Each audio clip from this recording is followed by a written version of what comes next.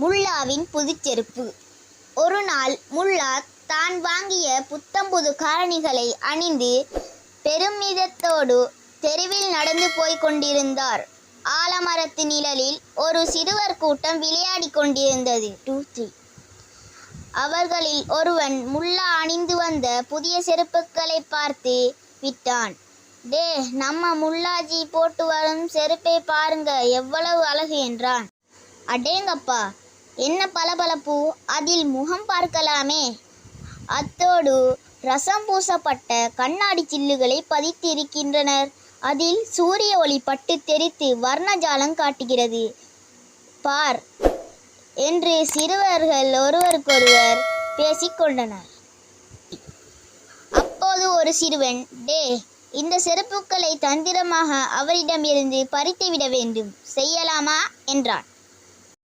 கண்டிப்பாக செய்யலாம் என்று எல்லா சிறுவர்களும் ஒரே குரலில் ஆமோதித்தனர். இப்படி இவர்கள் திட்டம் போட்டு பேசி முடிப்பதற்கும் முல்லா களைப்பு தீர மரநிழலில் சற்று ஓய்வெடுக்கலாம் என்று எண்ணி அங்கு வருவதற்கும் சரியாக இருந்தது. வாங்க மாமா என்று வரவேற்றான் ஒருவன். என்னடா பசங்களா, வரவேற்பு பலமாக இருக்கிறது என்றார் முல்லா. ஒன்றுமில்லை என்றான் ஒரு சிறுவன்.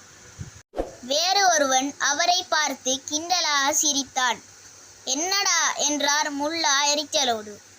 அப்போது கூட்டத்திலிருந்து ஒரு பொடியன் முன்னால் வந்து, முல்லா மாமா, இந்த நொஞ்சான் பையன் சொல்கிறான், இந்த ஆலமரத்தின் மீது யாராலுமே ஏற முடியாதாம் என்றான். பூனை கண்ணை மூடிக்கொண்டால் பூ உலகமே இருண்டு போய்விடுமா?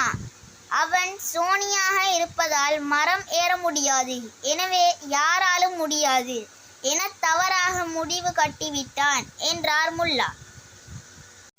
இனிமேல் நாம் அவரை முல்லா மாமா என்று கூப்பிட வேண்டாம், முல்லா தாத்தா என்று கூப்பிடுவோம் என்றான் பொடியன் ஒருவன். உடனே எல்லா சிறுவர்களும் அவரை தாத்தா தாத்தா என்று கூப்பிட்டு கேலி செய்தனர். முல்லாவால் இந்த அவமானத்தை பொறுத்து கொள்ளவே முடியவில்லை. அவர்களை பார்த்து, யாருக்கு வயதாகிவிட்டது? எனக்கா? இதைப்போல் 10 மரங்களில் ஒரே நாளில் ஏறி இறங்குவேன் தெரியுமா என்று சவால் விட்டார். லைக் பண்ணுங்க, ஷேர் பண்ணுங்க, சப்ஸ்கிரைப் பண்ணுங்க, பக்கத்தில் இருக்கிற பெல் பட்டனை கிளிக் பண்ணுங்க.